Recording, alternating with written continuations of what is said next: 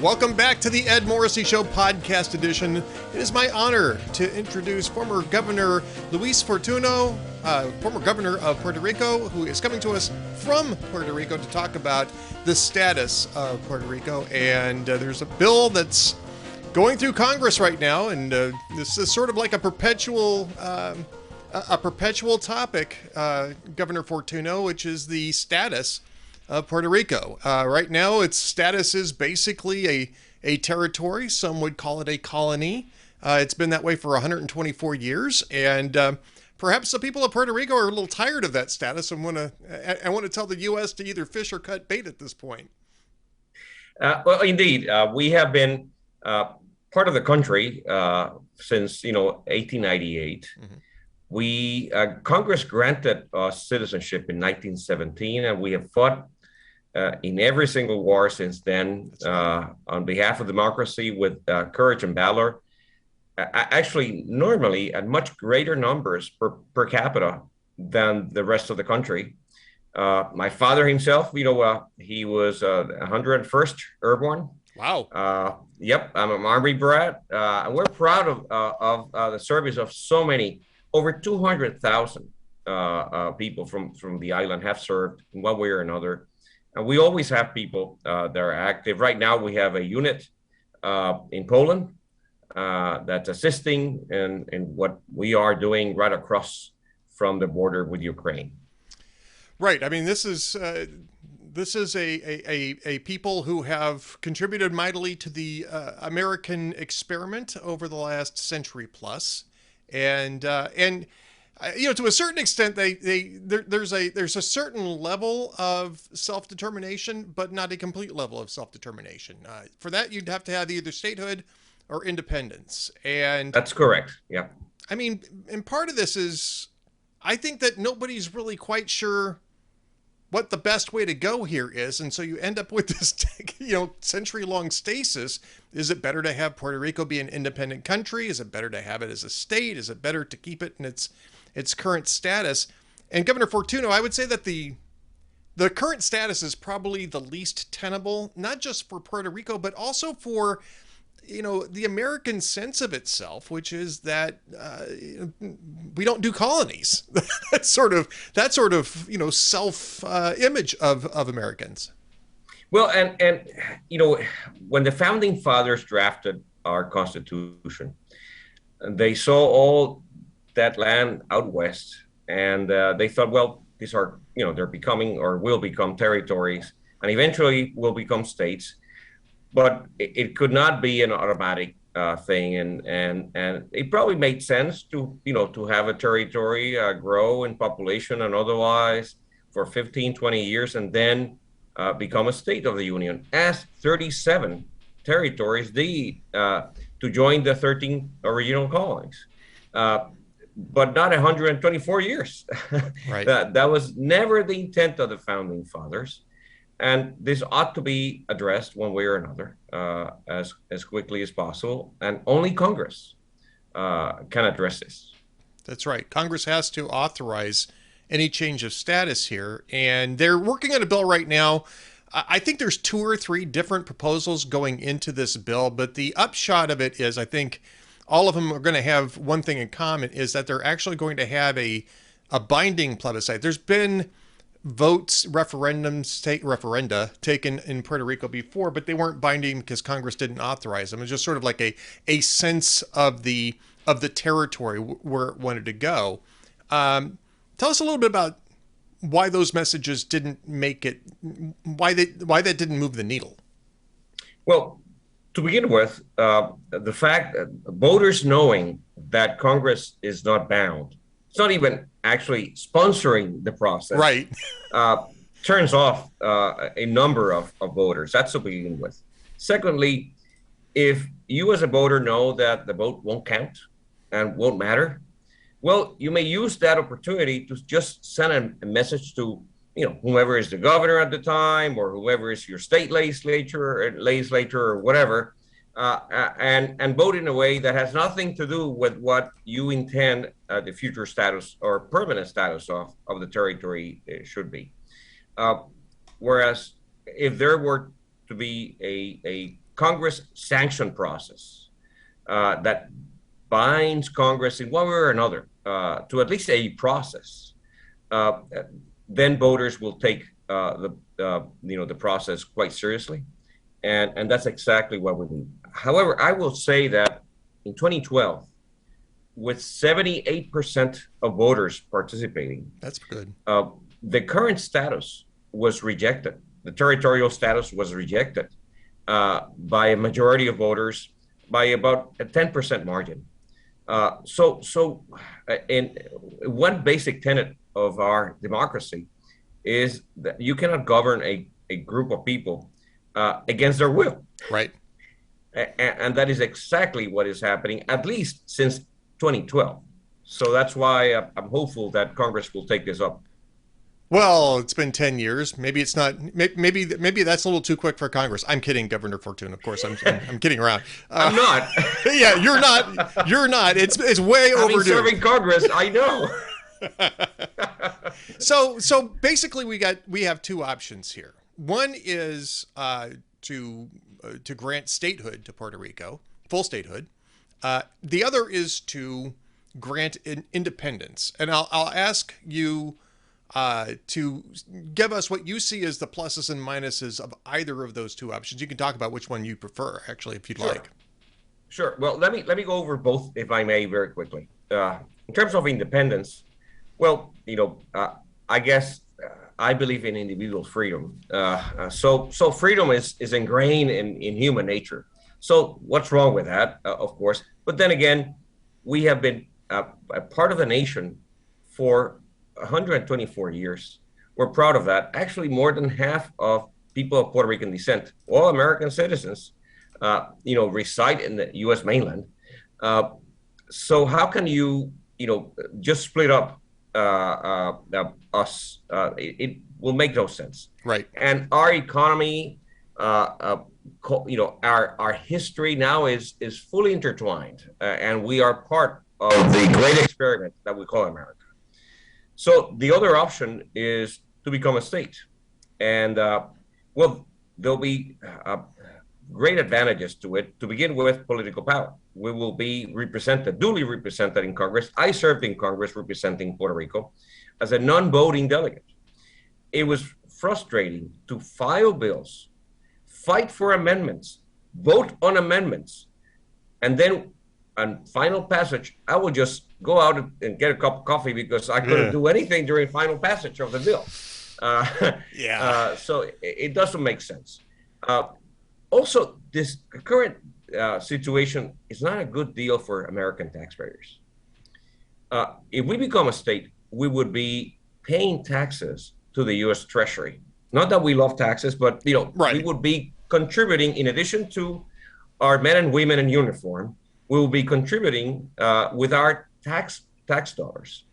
Right now, we do not contribute, other than to Social Security and Medicare, on any income that's derived from economic activities that occur in Puerto Rico. If for example, I own, stock in a U.S. traded company, then whatever I earn there, I pay the IRS. But if I earn money in a business, I have a small shop here in San Juan, I will pay the U.S. the local IRS, but not the U.S. IRS, the national. So it's not a good deal for the American taxpayer, and I think it's about time that this become a better deal for both sides of the equation. And Governor Fortuno, you're a Republican, right? You were a Republican governor. I'm a conservative libertarian. There you go. Republican. Yes. I mean, granted, all sorts of different shades. I'm probably a conservative libertarian Republican myself, right? I'm not really not necessarily a populist Republican, more of a conservative libertarian Republican myself. So I think we're probably pretty close in outlook. But I think one of the problems, I don't want to say it's not even an issue, but I think one of the obstacles here has been that there is a sense that the question of changing Puerto Rico's status has become a partisan issue. I mean, you've seen this. It's been mostly driven by Democrats, although there are certainly significant Republicans who are now on board with the idea of finally resolving this. Marco Rubio being one of them, for instance, another conservative libertarian Republican. And I mean, first off, that's got to be a little frustrating too, because this really shouldn't be a sort of a tribal warfare sort of thing. But the way things are going in Washington, it's still, you're going to have to get over that, right? You're correct, Ed, and it shouldn't be. The rights of American citizens should not be subject to partisan politics. That's to begin with. But on top of that, I listened to some of my colleagues in the Republican Party saying, "Oh, you're going to be electing all these liberal Democrats," because they see the New York, Democrats, and they assume that AOC and others, that we will elect them. I'm a open libertarian, open conservative, extremely conservative on fiscal matters, and I ran and got elected statewide twice. Right.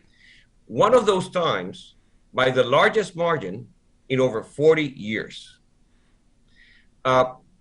If this is a liberal, jurisdiction, I want to find a conservative one. Our current representative in Congress was the chair of the Republican Party of Puerto Rico. She got reelected by the largest margin in the last election, in the 2020 election, by over 10 points. And not only was she a Republican, she openly supported President Trump in the 2020 election. So again, nobody else got reelected or elected by such a wide margin. So to say that this is a liberal jurisdiction, it simply shows that whomever is saying that doesn't understand the island. Governor Fortuno, I think the other issue that's come up, you mentioned being a fiscal conservative, and certainly that's been your hallmark, but there's been a lot of issues about Puerto Rico's fiscal status, and I think that I think there may have been some reluctance based on where that was at. Now, the bankruptcy is, I think, over, right, in Puerto Rico? I think, it's almost. Is it over or almost over? I know you're okay. About ready to come out of it. Yeah. Well, actually, we have different silos, in terms right. of debt, but the general obligation debt, which is the state debt, there were some public corporations that are still pending, a couple of those, but all the the major debt silos, including the statewide, where we pay our taxes here. That's all already. By the way, that bankruptcy could have been avoided, should have never happened. But you know what? Every time someone in Washington tells me about being irresponsible about that, I know where you're going. I know where you're going with this. It's like, give me a break. In a town where actually most representatives from both parties have gone along on a ride of just keep spending and not worry about tomorrow. So anyway, having said that, I could not resist myself. I'm sorry. No, I'm glad you did. I'm glad you did, because I was going to go there next. I was like, it's because we've set such a fine example in Congress over the last 40 years on fiscal responsibility. I mean, the fact that Puerto Rico has gotten its act together might be a real great selling point. It's at least one state that would be that will have gone through this and will want to bring the federal government along for the ride. So, I'm glad you mentioned that, Governor Fortuno, and I did want you to address that. But I mostly want to let people know that those issues are pretty much in the rearview mirror now. So this is sort of a fresh starting point, and it makes for a pretty good point for which Congress to actually commit to a binding election in Puerto Rico to let people decide where they want to be with this. Now, obviously, you're there, and maybe you can tell us a little bit about how the people of Puerto Rico are looking at this latest attempt to make a decision here, to get something done. Sure. I just came from a state Chamber of Commerce event here, and a number of people stopped me, hoping something will happen. They were asking me, "Do you think this time something will happen?" And all I can say is I'm hopeful. Certainly believe that this ought to be a bipartisan effort. It Yep. shouldn't be, one party or the other. Hopefully, on my party side, the Republican side, people will be able to segregate the DC status question from the Puerto Rico status Yeah, question. that's a Puerto great Rico question. is exactly. Puerto Rico is just like the 37 territories that became states. It's very simple. It goes to Congress, and it needs an enabling bill. Whereas DC most likely requires an amendment to our Constitution. That's correct. Yes. So it's very different. Plus, again, partisan politics should not get into this. However, having said that, however, Democrats win in DC by 9-1 margin, whereas in Puerto Rico it's a seesaw, and so I would say it would be a purple state. And I've closed this issue with one thought. When Hawaii and Alaska were admitted in 1959, all the pundits were convinced that Hawaii was going to be a Republican state and Alaska was going to be a Democratic state. Well, lo and behold, thank goodness the pundits were wrong, and actually the inverse. Right. So there you go. It's a good point. It's a good point. But I mean, Yeah. and I know we got to let you go because you're a very busy man and you've got a lot of things on your plate for today. But the bottom line here is that we kind of have to do what's right here. And it really shouldn't, I mean, which party benefits the most from it really shouldn't be a consideration at all. What really should be a consideration are the people of Puerto Rico, and those people have been waiting long enough for freedom one way or the other. Complete self-determined freedom one way or the other, either as a state with equal status and dignity as all other states and all other citizens of the country, or as an independent country that will remain a fast friend of the United States. Either way, the people of Puerto Rico should be able to make that choice and make it stick. I agree, and I echo your words. I will only add the following. It's the 3.2 American citizens residing in Puerto Rico. Right. We're proud to be Americans. You should, again, I was at the chamber event, the number of people that, were wearing the American flag on their lapel, it's people, we're proud of our heritage. And that includes being part of the freest and greatest nation in the face of the earth. Well, Governor Luis Fortuno, thank you so much for joining us today. We're going to watch this a lot more closely than we've been watching it before, and I really appreciate your insight into it. Well, thank you so much. You have a wonderful day. You do the same. When we come back, more from the Ed Morrissey Show following this.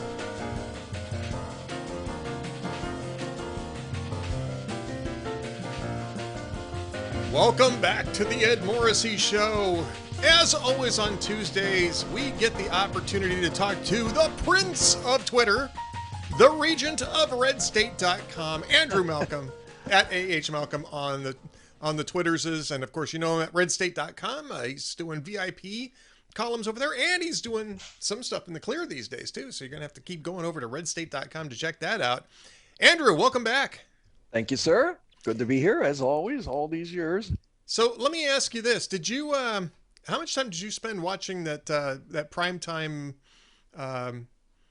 program from the January 6th committee? I think it was Thursday night. How much time did you put into that? I didn't get a lot. I had laundry to do. Yeah, I had a friend in town, and after that, I had a bone in my foot. So Yeah. Yeah, no, nothing ever comes of this stuff. So it's great TV, I guess. I'm not even sure it's great TV. It didn't get No, didn't but get I a mean, lot of. I should have said it's great for TV. Yeah, It assembles a crowd. I don't actually have a problem with the January 6th committee. I don't have a problem with it being on television. I don't even necessarily have a problem with it being on prime time, except that it's clearly designed here, not because there's some great revelations that were going to come out, but because apparently the committee feels the need to tell its story again and again and again. Yeah, Because I guess they feel that nobody's really paying attention to them, and they're right. and they're right. It's not that I don't think that this is worthy of investigation. I don't like the process by which it's being investigated, but I still think it's worthy of some investigation. It's that it's not a this isn't the frontline issue for most people. They're not going to cast their ballot as much as the January 6th committee might want them to do it. People aren't going to make their midterm ballot decisions based on the narratives that we keep hearing over and over and over again from this committee. I mean, it's just people aren't looking at January 6th as their primary issue, their secondary issue, even their tertiary or whatever comes after tertiary. Maybe, Andrew, what comes after tertiary? I actually don't know. I don't know. But the only reason, and it's semi-hidden that I can see for this, is that they're trying to foul the waters more for a Trump in 2024. Right. So it's political. I mean, this is it's not legal. It's obviously political. Yeah. Right. Yeah. It's political.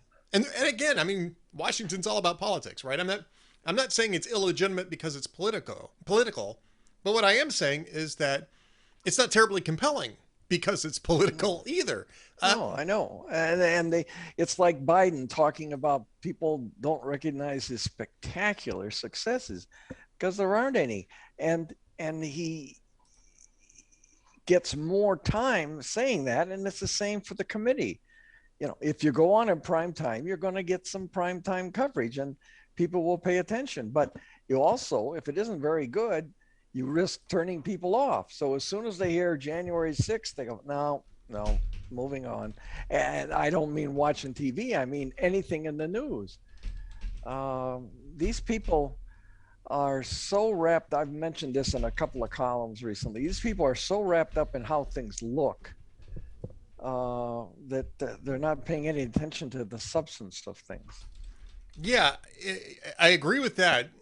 And again, even if I guess my issue with this, and where I'm going with this is a disparity in press coverage in terms of newsiness of issues.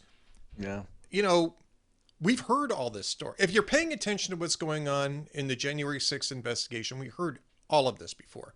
Even the one thing that was sort of the newsy, catchy thing that might have been an interesting, if not terribly substantive development, which is that Ivanka Trump didn't think that the election was stolen, and she kind of agreed with Bill Barr on that.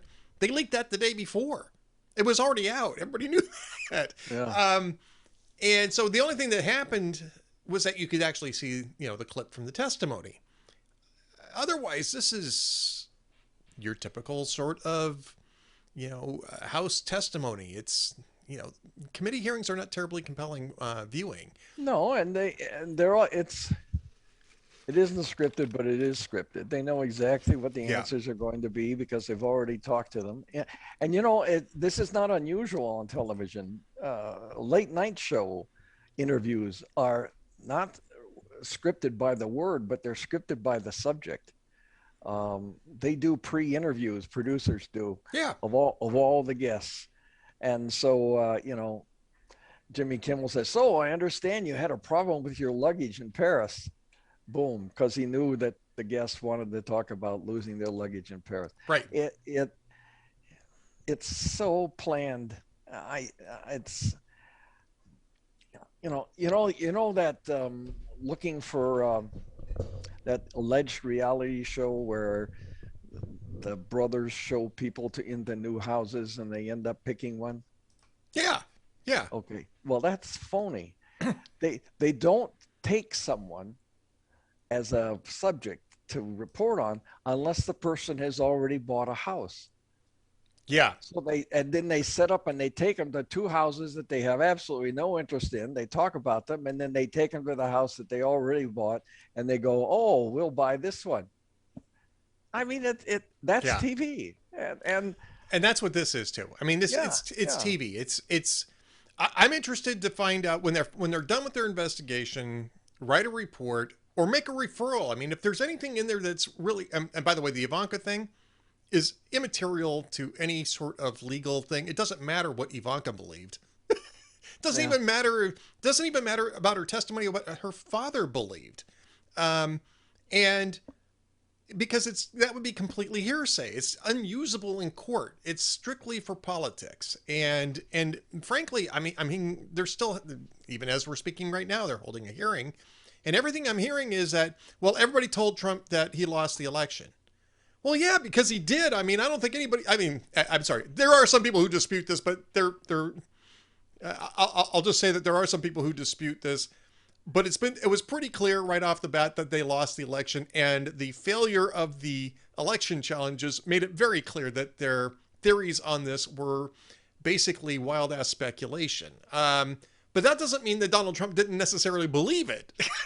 Right? Yeah. And Yeah. and they're not proving that he believed anything else other than that the election was stolen from him. And I mean, I think we knew that. yeah. Again, this is not. Well, I mean, well, and these investigations, nothing comes of them. yeah. I mean, There four won't be a people died. referral. Yeah, 4 people died in Benghazi. They had all those hearings, and nothing. Yep. They had an accountability review board with Admiral Mike Mullen doing the investigation, allegedly, of Hillary Clinton's State Department. He took the notes that Hillary Clinton's chief of staff gave him. He never interviewed Hillary Clinton, who was in charge that whole deadly night. And then they couldn't find anybody to criticize. They had some systemic bureaucratic problems. So, there's no accountability. Both parties cover each other's butt. And I don't know. It's a waste of time, but I guess they can sell detergent ads around them. Well, maybe they can. I'm not sure. They're back in the daytime, so maybe not anymore. They have a lot of make goods from the Olympics flop, right? Yeah, that's right. Yeah, you're right about that. But I want to contrast this because all the networks except for Fox News covered the hearings on that Thursday night. They're all covering it today. Even Fox News is broadcasting them live.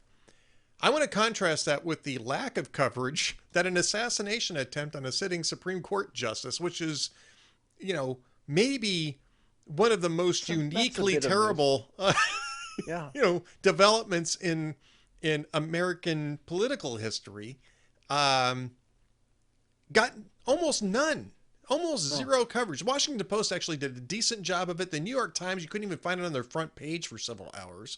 And the Sunday shows, all the Sunday shows, including Fox News Channel, didn't talk about it at all. Not at all. The fact that an assassin made it all the way to his house with a kit bag that is best described as a rape kit, right? Zip ties, duct tape, pepper spray, plus the weapons and ammo and magazines. Yeah. Yeah, and yet nobody's covering that, Andrew. Why not? What's well, going nothing on? happened, Ed, and it's a Republican, so how much coverage did they give when that Bernie Sanders guy shot up the Republican baseball game?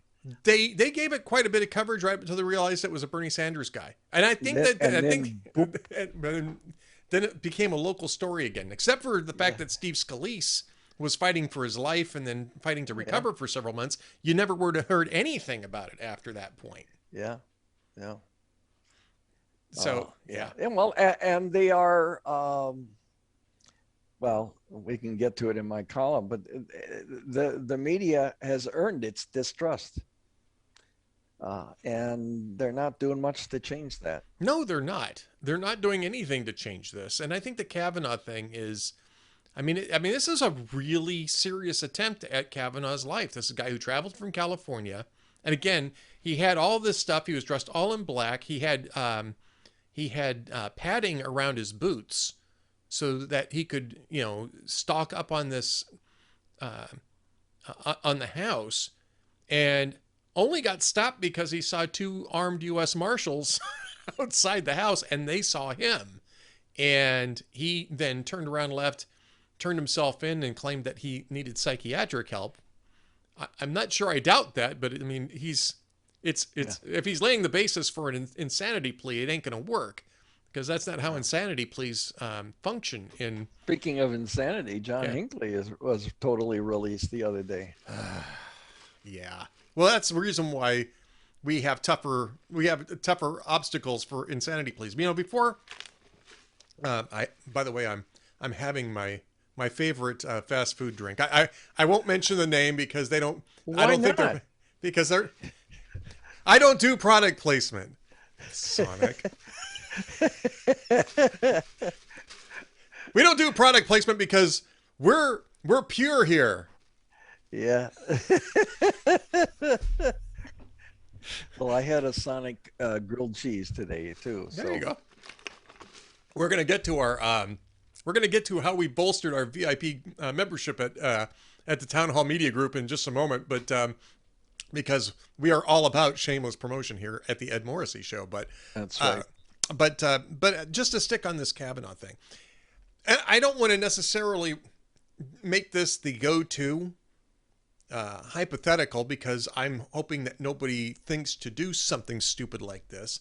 But had somebody targeted, say, Ruth Bader Ginsburg, and I'll put it in the past just so I don't necessarily need to name any sitting justices.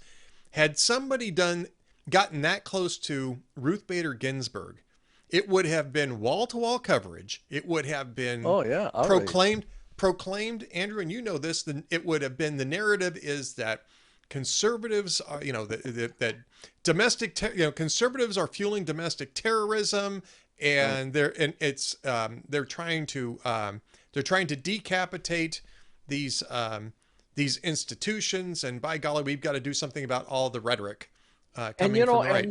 And there wasn't much talk about Chuck Schumer saying that well, these justices, they have to reap the whirlwind. Well, there was on our sites. There was in the conservative media. There was zero accountability for this. Even at the time, there was zero accountability for this from Chuck Schumer. And Chuck Schumer just a month ago was saying he had no problem with people showing up and demonstrating outside judges' houses, even though it's a federal crime to do so. It's a federal crime. It's literally a federal crime to demonstrate in front of a federal judge's house when they're deliberating a case. I didn't know that. 18 USC 1507. And well, I was going to say that. But, I know. I stole the words right out of your mouth. Yeah. Because that's one that just trips right off the tongue. 18 USC 1507. Yeah. But I mean, so. There's no coverage of this. Nobody is covering this. And it's amazing to me when you look at, I mean, and it's not just me. And actually, it's not just conservatives either, because while I am not a big fan of Bill Maher or his show, I don't have any particular, animosity towards Bill Maher. I just don't enjoy his show. I don't enjoy that format. It's not even his show. It's just that whole live it's just like audience comedy format. A one-man crossfire. Yeah. Yeah. I don't like the format. So it's not Maher himself, really. I didn't like it with Jon Stewart either on The Daily Show, or Trevor Noah still on The Daily Show. But, even Bill Maher, who is hardly a conservative, was saying, if this had been a liberal-leaning justice, it would have been front page news all the time, wall to wall in the New York Times. And the fact that they're not doing it is because simply it doesn't support their narrative. I mean, it's not that hard to realize this. I mean, the bias is so far out in the open now that it's undeniable. Yep, and I don't know that anything will be done about it. They're fat and sassy and happy with the way they are. They don't feel accountable, and yep, they'll reap the whirlwind, but not immediately. No, I think, and maybe in a lot of instances they already are. I think that people don't talk to them because of that. I think that people, that their influence is waning. I mean, you hear this whining from the media all the time. Well, demagogues are undermining our credibility. No, it's not the demagogues. It's the other way around, right? Do you think the demagogues would talk about something if it didn't ring a bell in most people's heads? No. Well, they are the demagogues. That's the point. Yeah. These guys are the demagogues. Speaking of demagogues, we got to get to Biden because you had a great post up. You have a great post up and went up this morning. Putin is now selling more oil at higher prices than before Joe Biden's embargo. Um, Yeah. Isn't that amazing? well, yeah, because Markets work. markets work and we're not producing enough oil to counteract that. The Tell us whole well, thing is a before we joke. before we get into my post about Biden over the weekend, let's talk about your VIP column first. Tell us a little bit about your VIP column. What was that about, Ed? I don't remember. What my post? Oh, No. Mine. oh, yours. Um, So Vladimir Putin is profiting off of our embargo. At least in the short term, he's no, profiting off no, the embargo. that was in the open. That post this morning. Oh, that's right. It It isn't a it VIP. That's in the it open. Yeah. the VIP was the one on a media retrospective, tied in with my career and looking back on how things had changed, and Oh well, we should definitely do. and not for the better. But the one on Putin, it just struck me. I was poking around last night looking at some notes and reports, and I realized the price of oil, uh, just before the invasion in Ukraine, was $92, and last Friday it was 122. And then you go and look at where is Putin selling his oil, and Biden is like, wow, we're not buying anymore. And the European Union has agreed that by the end of the year, they're going to stop buying any Russian oil, which of course gives the war time to end. So they won't have to do it because they're hooked on Russian oil. Well, Putin very cleverly is selling oil to India, which has not criticized Russia, didn't sign on to the condemnation letters at the UN, and they're getting India's getting a 30% discount, and a lot is going to China and Asia. Now it's not easy to get Russian oil all the way around to Asia, Right. but they're building a pipeline with China. The Russians are, and the number of oil tankers leaving Russian ports is down slightly, but the actual sales of Russian oil are way up. So he's getting $30 more a barrel. The barrel is, by the way, 44 liquid gallons. So he's getting $30 more a barrel. He's just selling to different people. And Biden is still doing a victory lap about how he shut down Russian oil. Well, no, the guy's making more money than he was before to finance his war. So I thought that was worthy of note. I think that's worthy of note. Before we get to my thing about Biden's demagoguery, let's talk. We should talk a little bit about the death rattle of daily newspapers. That is the VIP column at redstate.com because it kind of dovetails into the discussion we were having about the editorial bias of not covering the Kavanaugh assassination attempt as anything other than local news. Yeah. Well, I didn't get into the Kavanaugh thing, but No. the bias of what newspapers don't cover is so blatant. And I've often likened, maybe even on this platform, I've often likened the media for a very long time, including when I started back in the 60s, the daily newspapers as wearing the white coats of pharmacists. And they decided what the news was. People lined up and they were handed their daily dose of news in the morning or the afternoon. And Walter Cronkite gave them 22 minutes at night. And at the end, he said, and that's the way it is. And everybody took it. Well, that was a monopoly, and the newspapers dwindled to one per city in many cases. And then the families, second, third generation kids decided they weren't all that interested in the business. They wanted the money. And so the chains took over and they became monopoly chains in many cities. And Gannett, which I think you wrote about last week, Gannett said, no, we're going to not have any more columnists and we're going to cut down on the space for editorials. And that's another sign of the arrogance, I think, of the media, was the editorials telling people what they should think. I wrote editorials for some years on the LA Times, but I wasn't telling people what to think. I was telling them what to think about. They could make up their own opinion. And I really enjoyed the exercise because it's very tight writing. I learned a lot about writing in those years. And I think 500 or 600 editorials. And my assignment was to write editorials that I would never expect to see on the editorial page of the LA Times. That's what the editor said.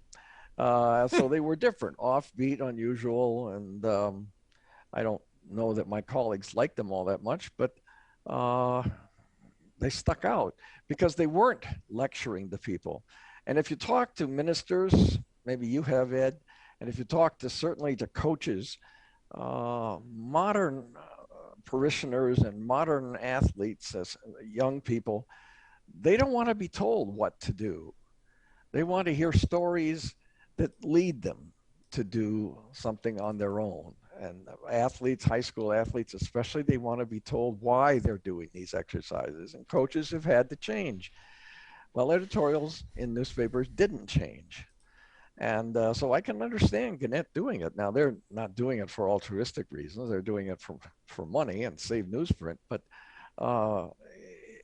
it's a sad commentary. And as I said earlier, the media has earned its distrust. But we need a vibrant press. It may not be a press using printing presses. You can't make an economic argument for newspapers these days. You just can't. You can't do it. Right. I mean, cut down trees in Canada, chop them up into mulch, make paper out of them, weighs 2 or 3 tons, put them on trains, haul them down to cities, put them on trucks, haul them to the printing plant, roll them in, put them on presses that cost a fortune, and print paper, then put the paper on the trucks and drive it out, put it into individual cars, and they drive them out. How you can't do that anymore? There's just no economics of that and make any money. Department stores are moving away from advertising, and all the big people that Macy's used to be the biggest advertiser in the New York Times. Well, they're gone. They're going to other places, and people are going to other places for their news. And newspapers were late. Now, some of them have caught up. The New York Times, to its credit, has turned a digital operation into a money-making huge operation. Wall Street Journal, they had a paywall from the get-go, and a few others belatedly putting on paywalls to try to make some money, but people are so accustomed to not paying. Right. Which leads us to the VIP, Ed. Which leads us to the VIP discussion. We should talk a little bit about that, by the way. So across the Town Hall Media Group, of course, Hot Air and Red State being members of that, Twitchy, Bearing Arms, other, PJ Media sites like Instapundit and so on, have adopted a new comment policy. Before we were using Discus and it was pretty much open comments, but now we are reserving that as a privilege for our paid VIP members, which I think is a great idea. I think that I'm very much in favor of that idea. I think that people who are invested in us should have some perks for that investment. And so I'm really glad to see that we're going to have that be something that's an exclusive experience for our VIP and VIP Gold members. And if you're a VIP member, you're a VIP member to a single site. So you're a Hot Air VIP member, you're a Red State VIP member. If you're a VIP Gold member, you automatically become a VIP Gold member to all sites. So the nice thing, and there's a 40% discount right now. You use the Save America code.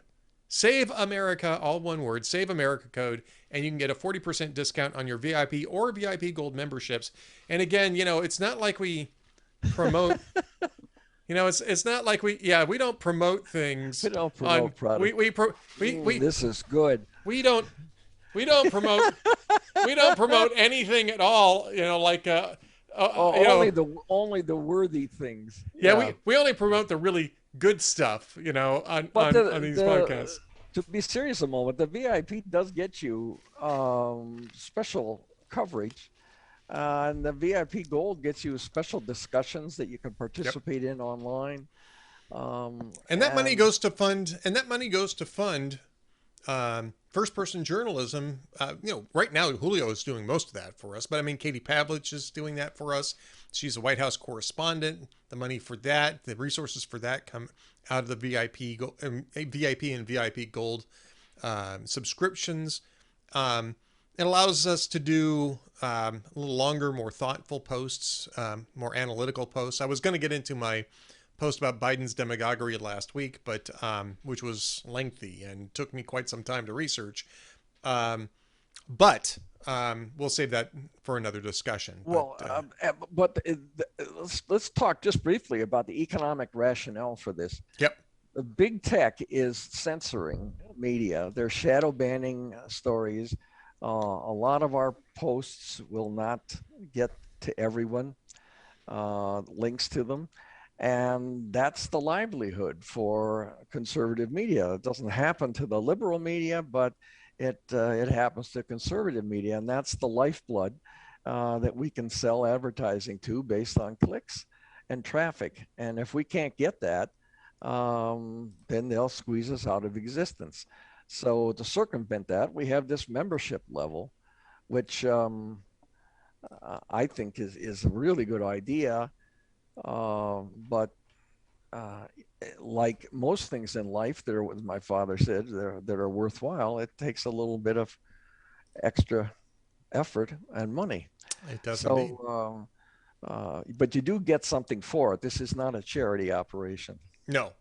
We wanted to make sure that we are providing, you know, clear benefits for people who invest in us and invest in our, who believe in us, invest in our operations. And so being able to provide exclusive commenting, I think, is a really good way of creating that sort of community that we're hoping to create through VIP and VIP Gold subscriptions. So again, you can use the code SAVE America to get a 40% discount on that, and we really hope you do. Really hope that you join the comments. And even if you disagree with us and you put that in the comments, we're happy to have the conversation with our subscribers, because we know our subscribers aren't going to be trolling us, and we know that, or trolling others, and that we're going to have really good conversations in these comment sections now. So we're really, I can tell you, among my colleagues, we're looking forward to it. Sorry, Ed. With this 40% discount, it works out to literally pennies a day. Yeah. So to have access to the extra coverage for pennies a day is less than a toll on a freeway, which isn't free. Less than a toll on a tollway. Might even be less than less than less than your favorite drink. Soda. Maybe less than your favorite drink. It certainly is going to be less than this fabulous book that's right behind me, because which is still available. And that title, I can hardly see it, Ed. What is it? Going Red. Yes. Going Red. Yeah, I saw the red part. Yeah. Yes. Yeah, it was a really good author who wrote that. Some schmuck wrote it. I don't know who wrote it. Oh, wait, it's the guy over my other shoulder that wrote it. That's right. Okay, yeah, all right. There we go. All right, well, we're coming up to the end of our segment, but we've got to get the jokes of the week, and they've got to be better than the jokes we've just been telling for the last couple of minutes, Andrew. Well, I'm running out of them because they're not giving them to me much anymore. Let's see here. Jimmy Fallon replay. This is an old one. A new survey found that Green Bay, Wisconsin is the drunkest city in the U.S. You can tell because no one in Green Bay remembers answering the survey.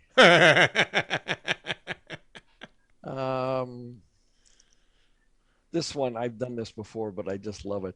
Jay Leno. Hollywood is talking now about making a new Mad Max movie where people steal and kill over limited gas supplies at some time in the future, like July. Yeah, well, that's a joke that's come back around, right? Yeah, I know. let's see.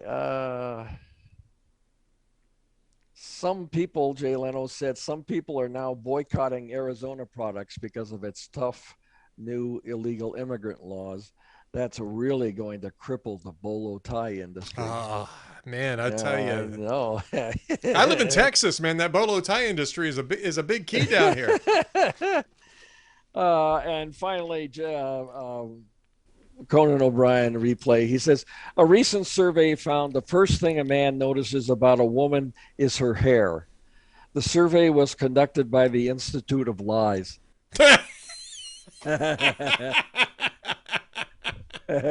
Well, there you go. All go. right. Andrew Malcolm laying down some truth for us here on the Ed Morrissey Show, as always on Tuesdays. The Prince of Twitter, the Regent of RedState.com. You can find him at AH Malcolm on the Twitters. Andrew, we'll talk to you again next week, sir.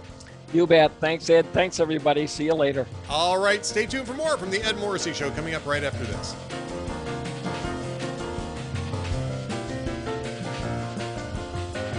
Welcome back to the Ed Morrissey Show podcast.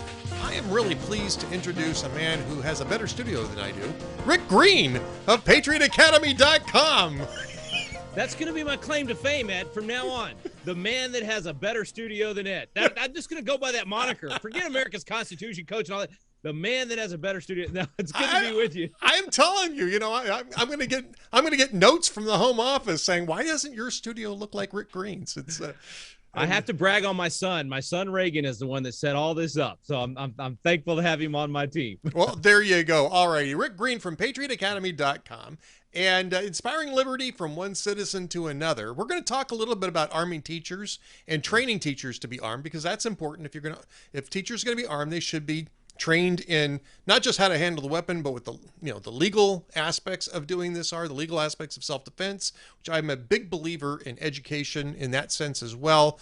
But first off, let's talk about PatriotAcademy.com. What is it that you do at PatriotAcademy.com?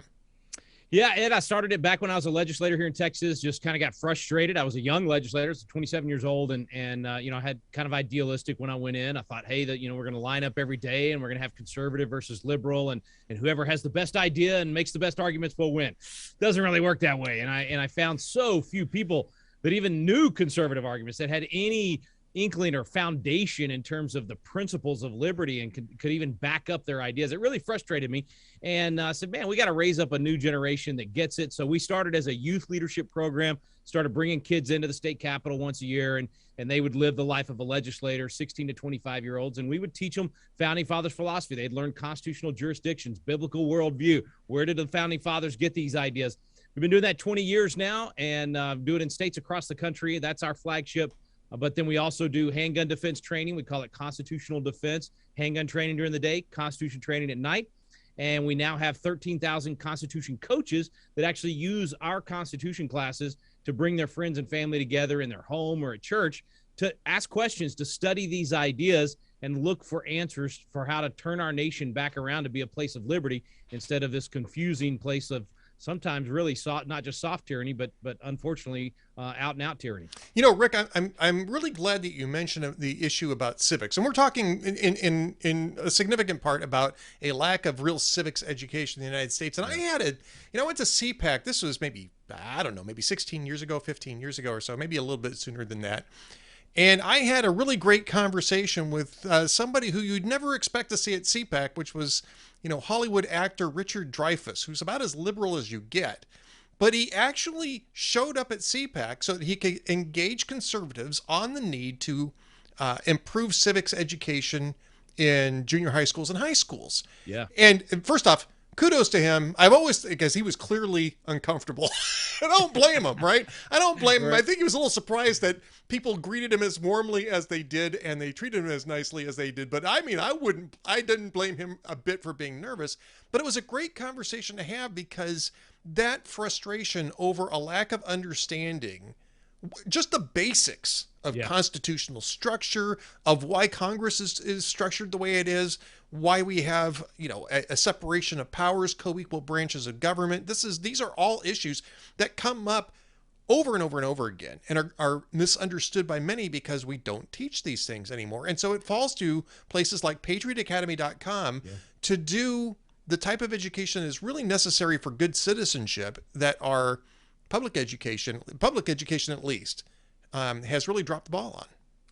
Yeah, and I would argue public and private. I mean, we've just failed miserably at teaching civics. It's actually, you look at most state constitutions, it's the reason for public education is to have, quote, informed citizens. A constitutional republic can't survive if we don't know how it works and we, the people, don't step up and do our job. I think the latest survey they did, 74% of Americans cannot even name the three branches of government. I mean, most people thought it was just AOC that couldn't. 74%. Right. Think about that. I mean, and as you said, the whole idea of separation of powers, why we don't want to put all the power in the president's hands, why the court isn't the final say. It should not be the final say on every law in America. How does an American constitutional republic work? We're not going to keep it if we don't know that. First Chief Justice John Jay said every citizen ought to read and study the Constitution, because if they know their rights, they'll perceive when they're violated and be the better prepared to defend and assert them. I think the real problem in America is exactly what you just said. It's the civic ignorance. It's been festering underneath all these petty tyrants of the COVID crackdowns, the people being willing to give up their liberties, all of those things, symptoms of the real problem. The real problem is civic and biblical ignorance, not knowing where we came from, not knowing how our system works. If people know it, then they'll recognize, wait a minute, what you're doing is wrong. Government can't do that because it says right here. But if we don't know it, then we're going, maybe government is supposed to tell me when I can leave my house. Maybe government can tell me to shut down my business or not meet, at my church, or whatever the issue might be. So we've got to improve that. And you're exactly right. I think it does fall on private organizations. We're not the only one, of course. There's a resurgence of interest in this. Millions of people are asking the right questions right now. So it's kind of an exciting time to be an American. It's an exciting time to do what I do, for sure, because so many people are hungry to learn these things. Well, tell us a little bit about biblical citizenship too. I'm a Christian, I'm Catholic. I like to say I practice because I'm really lousy at it. So, I'm a practicing Christian, but I'm not sure that I understand or that I fully grasp the concept of biblical citizenship. So tell us a little bit about your approach on that. Yeah, we designed this course to basically come at it from both approaches and say, look, if you're in the faith community, if you call yourself a Christian, then you believe the Great Commission is to teach them to obey everything I commanded you. That was what Jesus said, make disciples of all nations. And if your faith is important to you, then the Bible is the guide. It has all the answers, and we're supposed to be biblical in everything that we do. But for really about 40 or 50 years, Ed, we've kind of separated the political realm and said, well, the Bible tells me how to be a good husband or a good wife or a good father, tells me how to be a good businessman, how to treat my employees, or how to work hard and have good work ethic, but it doesn't tell me how to be a good citizen. Well, that makes no sense whatsoever. The Bible talks an awful lot about how to be a good citizen, how society should work, how we should treat our neighbors, how we should form our countries, all of those things. The Bible has much to say about it. So our course basically says, okay, if you're a person of faith, you need to know how to be a biblical citizen. And then if you live in the United States, you need to know how to do that under our Constitution. So we want to be biblical citizens in modern America, and therefore we have to study both the Bible and the Constitution and make sure that we're doing this thing well. Because guess what? You're Caesar. I'm Caesar. We have to render unto Caesar what is Caesar's and unto God what is God's. And in America, we the people are Caesar. So how do you do Caesar well? How do we live out our citizenship in a good way and be salt and light? Because those people out there that aren't people of faith, they benefit when we're good salt, when we bring out the flavor in the culture, when we preserve the culture. Everybody benefits, but we have to first accept that responsibility of self-government and then being good biblical citizens that influence the rest of the culture in a positive way. Well, amen to that. And I would say that if you read the Bible carefully, including the Old Testament, the New Testament, it's very clear that there are reasons for subsidiarity and solidarity, and these are the two things that are in tension. I don't want to say in tension, but perhaps that are incorporated with each other. Is that there are moments for solidarity where you have a larger aggregation of effort. There are moments of subsidiarity when it's really on you, when action is incumbent on you personally, rather than as some sort of community. And I think that really informs the original American structure, the original American constitutional structure, because the Constitution itself is a document that really tries to encompass what is where we apply subsidiarity and where we apply solidarity, right? And then the federal government is a form of solidarity. Yeah. And all of the rights and responsibilities that are devolved to the states or to the people is an expression of how subsidiarity works best for most governmental purposes, because that is where any of the benefits and any of the responsibilities are executed, period. And so it's best to have that in a subsidiary arrangement so that the accountability is closest to the action. I love that, man. I love the way you describe that. And even that discussion, that really helps to understand that, everything's not at one level. There are jurisdictions. There's family jurisdiction. There's church jurisdiction. There's local government jurisdiction, state government jurisdiction, and then federal. And so what you just described is, okay, when do we decide as a people that we want to do this at the highest level or at the largest level? And when do we decide we want to do it at the most local level? And the principle you just described is what permeated the founders' view of where to draw those lines, was that you're always going to be able to hold people accountable best at the local level. So don't give all that power to the federal government, because they're thousands of miles away and it's harder to hold them accountable. And that's why we limited them. That's why it's a constitutional republic. That's why there's only 17 things they're supposed to be doing. Yet they're doing all these things where they're outside of that jurisdiction that would have been a lot better left to the states or to the local government, or even most of the time left to us as individuals or our community of interest, wherever we are. I think you just hit on something huge. I don't know if I can pronounce those two words. They're pretty big, but I'm going to work on it. No, that is so good. I'm serious. I'm going to steal it. I'll give you credit the first time, Ed. After that, it's mine. Well, I'm not sure that I deserve credit for subsidiarity and solidarity. I suspect that better philosophers than Ed Morrissey have come up with those before. So I'll be happy to steal credit for it. But don't get me wrong. But you know what? Nobody has these conversations anymore. Nobody talks about these things. They just think, well, there's a problem, so go to the nearest government official, whoever it happens to be, whoever's got the biggest check. They don't think about this stuff anymore. And that's why we no longer have a federal government. We have a national government that does everything for everybody. What you're describing is the answer to getting back to accountability and actually being able to afford the government that we have and have it not run our lives. I mean, I wish we had more people talking about exactly what we're discussing. Well, Rick, that really does bring us to the issue of self-defense, because that is really subsidiarity. That's right. In action, right? I mean, That's right. The Second Amendment was put into place not just to overthrow tyrants, although that's part of it, not just to hunt, although that's part of it, not just to provide for a common local defense, although that gets closer to the heart of it, but also in large part because people were expected to be able to defend themselves, and not just defend themselves against invaders, but defend themselves against crime.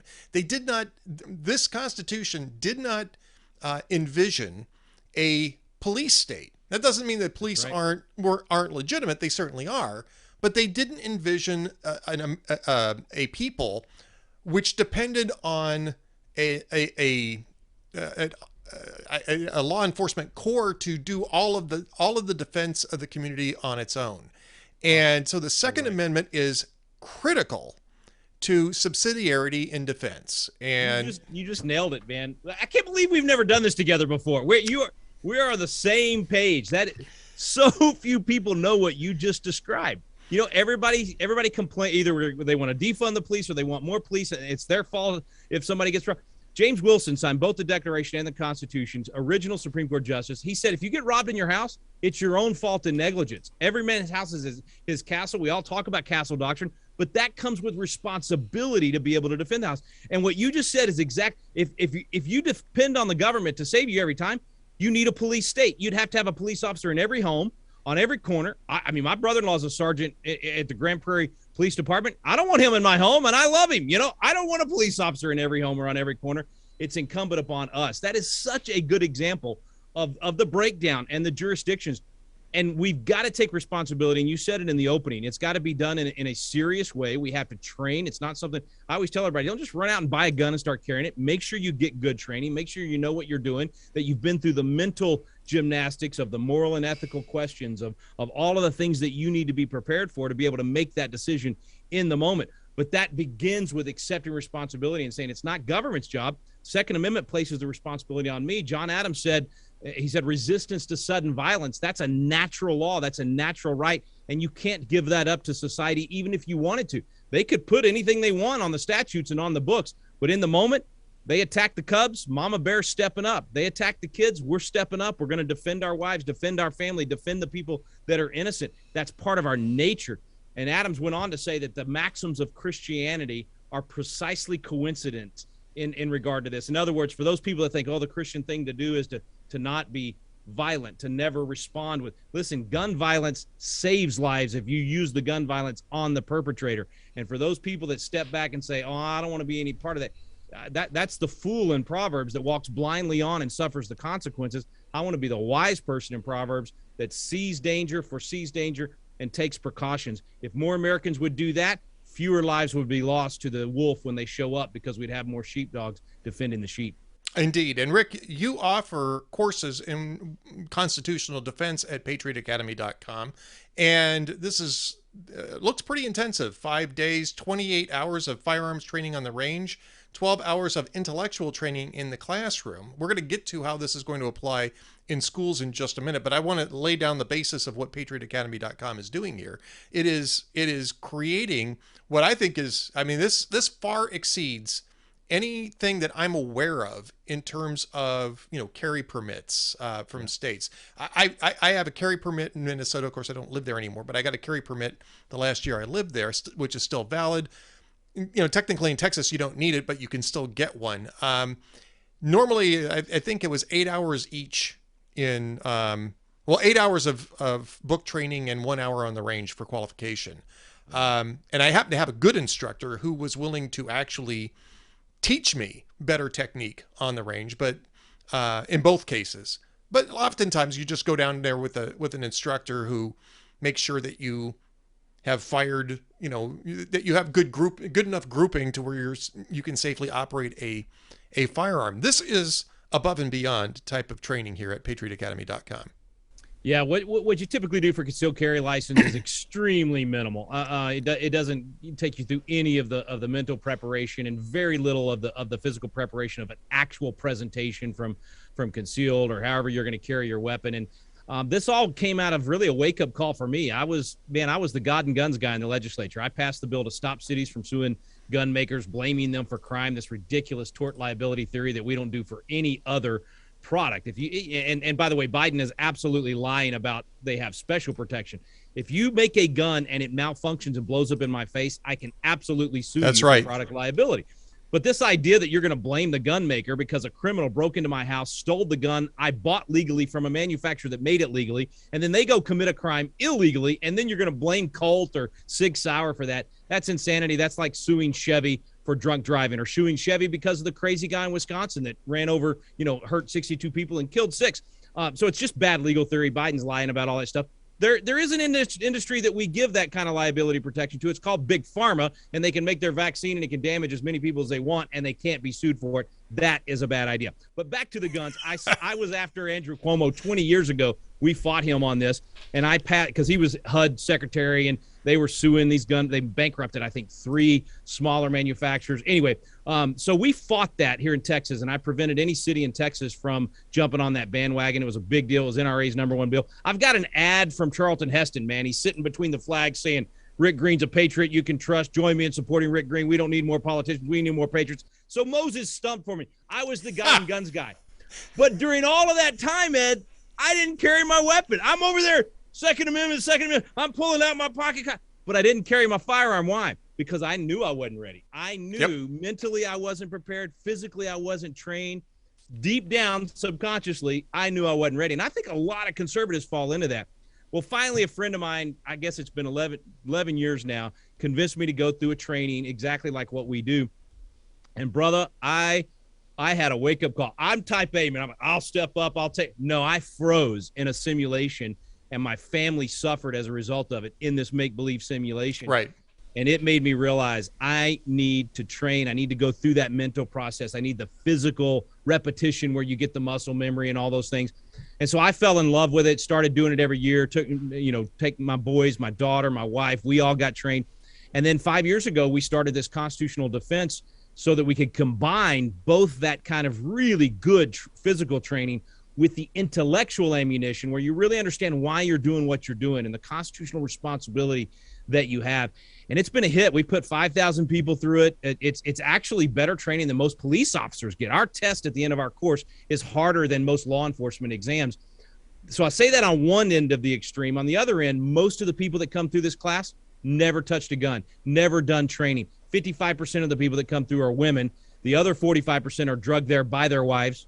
Because we all think we don't need it, right? Hey, I'll tell you what. My wife is the first one to climb on my butt when I haven't gone to the range. She's good just, for her. And I haven't recently, so I'm thinking, I'm kind of in the same position you're at, in that I know that if I'm a responsible firearm owner, and I'm a responsible carrier too. But if I haven't been to the range in a while, and I'm not necessarily sure that it's a responsible thing to do to carry, because I don't have the muscle memory. I've lost that muscle memory. It's a perishable skill, right? You very much definitely go down. We teach people, look, you're going to drop to about 50% of whatever your latest training was, just because of the stress in the moment, meaning right, if you're in a situation, all the crazy stuff, you're going to drop down to 50% of however you did on the range the last time you did your training. And then if you haven't gone for a year or 2 or 3 years, very much a perishable skill. But we love it. We have a great time. We create a great environment. It's not a drill sergeant environment. We train kids. We think that's important. Richard Henry Lee, the guy that made the motion for our independence in the Continental Congress, said you ought to do this while they're young. John Quincy Adams talked about how he never saw a gun accident unless it was someone that had not been trained while they were young and they didn't know what they were doing. So 11 and up, at 11 years old, you can come through this training with us if you come with your parents. We think that's vitally important. And I could tell you story after story of people that have been through trauma, people that were scared the first day. They were literally crying as the guns were fired the first time. And then by the 5th day, they're crying with joy because they overcame that fear. And now they can walk with confidence and know that should the wolf show up, I can defend my family. It's a really rewarding thing. I love doing this. It's my favorite thing to do. Of all the stuff we do, it's my favorite thing to do because it's so quickly in that 5 days, you see such a turnaround. And you're sending a dad or a mom or an 18-year-old girl that's going to be on a college campus. You're sending them home ready to defend themselves. I got a daughter that probably weighs 100 pounds, man. I don't care how good she is at jiu-jitsu. If that dude's 330 pounds and attacking her, she needs a firearm to be able to stop that threat. So we're passionate about this, and I get angry when there's a mass murder event and I find out some guy's been able to walk through a grocery store or a church or a school for 5, 10, 15 minutes, in Uvalde, an hour and 20 minutes, and murdering people because there wasn't a sheepdog there, like in West Virginia, where in seconds that sheepdog with a ponytail pulled out her firearm, took out the bad guy. And I love reading a headline that says only the bad guy died. Everybody else is doing just fine. I want to see more headlines like that. And Rick, the reason why we're talking about this is because because there is new emphasis on training teachers and school administrators who wish to carry, to give them the training necessary. Not the ones that don't want to, not if they don't want to, that's fine. Yeah, right. For the ones that do want to, the ones that do, they need the ability to do it, meaning they need the regulatory ability to do it. They need to not be prevented from doing so, and then being trained to do so. Today, as we're talking, this is Monday the 13th. Governor Mike DeWine in Ohio signed a bill which makes it now much easier for teachers to be able to carry their firearms in case there is some sort of attack on the school. This is a matter of a lot of debate, but in my view, I don't understand why this should be different than any other workplace. That's right. And since this is a public school, and since it's very clear that even the best police response, and there was actually a good police response, where it is escaping me just the last few days. There was a really good police response in the school. Alabama, thank you. Yeah. In Alabama. There's a really good police response in Alabama. Uvalde, a completely botched police response. The teachers and the administrators in that school, in those schools, deserve to be able to defend themselves. And so tell us a little bit about, how you're approaching that, and what specifically you're doing to help teachers carry firearms responsibly and effectively. Well, and you described it exactly right. We shouldn't treat it different than any other workplace. That's why this is a natural law. It's a natural right. You don't give it up, and you shouldn't give it up anywhere that you go. You should always be able to. It's interesting, not only in the Second Amendment, but in all the Founding Fathers quotes, they say the right to keep and what? bear arms, to have it with you wherever you go, and especially at a school. Look, Joe Biden's gun-free zones has been an absolute failure. He was one of the big proponents of that back in the early 90s. It's been a complete failure. It's like neon signs to the crazy guy that this is the place you go, whether it's the Aurora, movie theater shooting where the guy passed how many movie theaters that allowed concealed carry to get to one that didn't, or it's the schools that they know it's going to be at least minutes before someone else gets there, or even the Buffalo shooting where the crazy guy in his manifesto said, the reason I'm going here is because I think I probably won't meet opposition with a gun because of the gun laws in Buffalo. And if I do, they'll have a low capacity magazine and I'll have a better chance. So, I mean, they think through this stuff. So we give them the invitation to say, here's where you can go and take people out, that'll be shooting ducks. You nailed it. Look, in Tulsa, they were behind the bad guy. I think it was 3 minutes, just 3 minutes behind. They entered the hospital 3 minutes behind him. He's still able to kill 4 people and then kill himself. I hate going to a hospital and seeing a sign that says I can't carry my concealed weapon. I'm thinking, man, they're going to make me a sitting duck with my family in here. They're making themselves sitting ducks. I hope the Tulsa thing will wake up some hospitals to know, let your people carry concealed weapons. And I know the schools is our main topic, but you nailed it. It's just like other workplaces, and it should be the same. You should be able to carry. I kind of think I'm aiming for an armed teacher or staff member on every hallway, right? If we can't get every classroom, let's at least rearrange where their classrooms are. If you have certain teachers that have been trained, make sure you've got at least one or some custodian or someone on every hallway so that they can be there in seconds. I'd prefer it be in every room, but I also realize there's teachers that just aren't going to be willing to come. I promise if they would come to our class, we will get them comfortable. I've seen it over and over again. And I'm talking about people with major trauma in their life where a child or someone was killed in front of them with a firearm, and we still got them over that trauma and got them prepared to carry. So the people that have never touched a gun, teachers that are listening, please come train with us. We will get you over it. And if you are in a school district or you're where they will let you carry, we'll train you for free. So you don't even have to pay to train with us. Our training is less expensive than most everybody out there. We do it for really cheap, $100 a day, which is most places it's $400 a day or whatever. We have donors. We're a nonprofit. We want people to get this training. And so for teachers, though, it's even completely free if your school allows you to carry. So we're approaching this from a legislative perspective. We're pushing in all 50 states and really encouraging. I'm trying to be an advocate everywhere I can to make this possible for more and more teachers and administrators. But where it is legal, we want to get as many people trained as possible. And again, it's proximity to the bad guy when the shooting starts. That's the biggest factor in how many people die and whether it's just the bad guy or more and more children. If you've got somebody there in seconds, you can end this very quickly. If they get barricaded or you're just minutes behind them, I think Buffalo was 5 minutes. I think Parkland was 10. Even Sandy Hook was only 10. The guy was coming out of the school by the time. So it's all about having a good guy or trained good guy or gal with a gun in the room or on the hallway when the bad stuff happens. And Ed, you know this. You've probably said it a million times too. We're not going to stop all evil. There's been mass murder events throughout history, usually committed by government, which is why the Second Amendment's there in the first place, but often committed by a crazed individual. The worst school massacre in American history was just under 100 years ago in Michigan. No firearm involved. It was dynamite and bombs. Just last fall in Oslo, bad guy goes in with a bow and arrow and a knife and kills 5 or 6 people. The Wisconsin one we already mentioned was with a Chevy Suburban. You can kill more people with a large vehicle faster than you can with a firearm. So it's not about the inanimate object. It's about evil exists. And therefore, as long as there's wolves that will prey on sheep, we need sheepdogs. And this side of heaven, that's going to be the case. Rick, is there anything specific or different? I mean, because your constitutional defense class, it's 5 days, it's 28 hours on the range, it's 12 hours in the classroom. And those are pluses, by the way, over 28 and over 12, folks. Just so you know. Depends on how long-winded I get. Yeah. you're gonna put in a full week's worth of work if you go down to Patriot Academy. But is there anything specific or different that you're doing with the teachers, other than, of course, the fee structure, which you've already mentioned?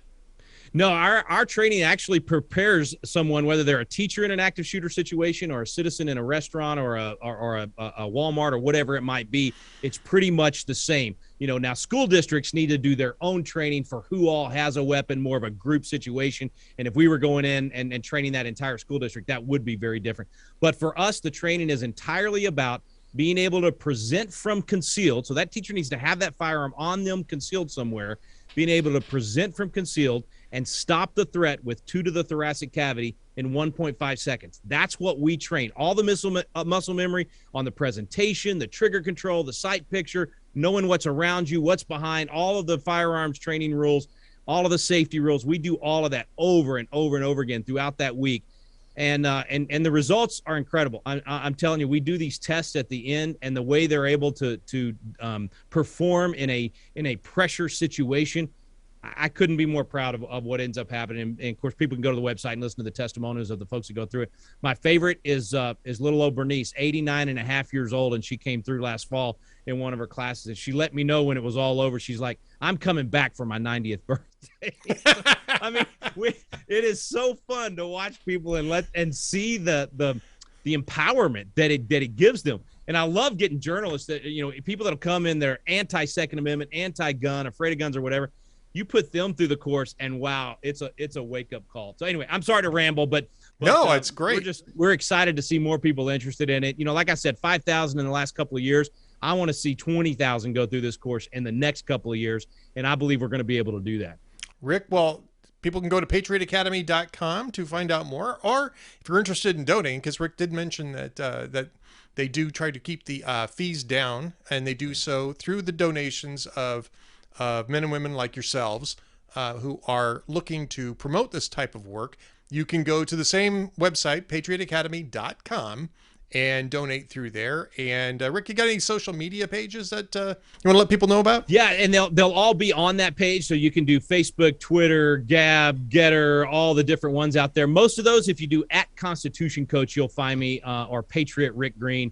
But also right there at patriotacademy.com, you can just click on the links there. And we do a lot of free education. Our Constitution classes are all free. And you can donate to sponsor people. It costs us roughly about $5 a person. We've put hundreds of thousands of people through the courses.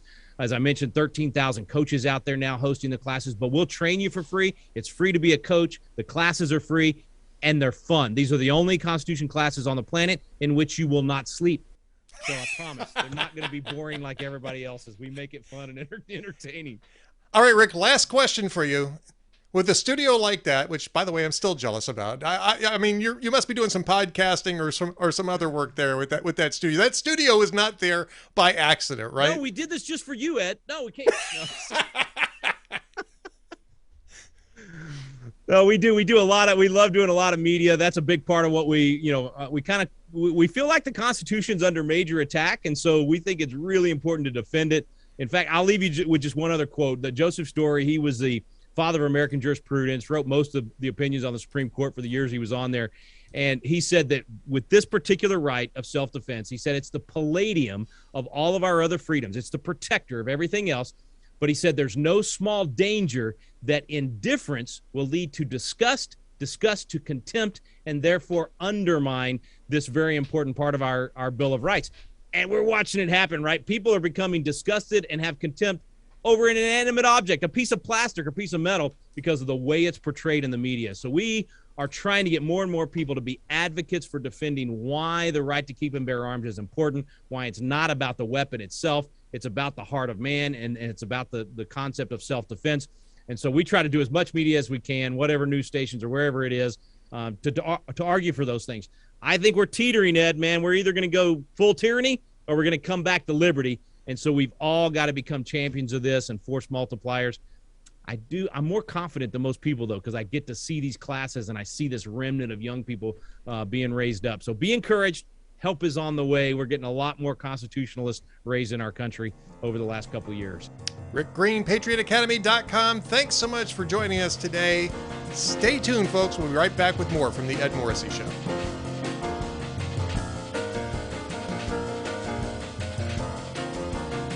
Thanks for tuning in to the Ed Morrissey Show podcast edition. If you like what you saw, be sure to subscribe at each of the different platforms. We're on Spotify, we're on Apple Podcasts, we're on Rumble, we're on YouTube, and we're at the Town Hall Media Player, so be sure to subscribe. Subscriptions are important. We really do appreciate that. It's free. Be sure to like the video if you like that as well. We want to get the word out as much as we possibly can.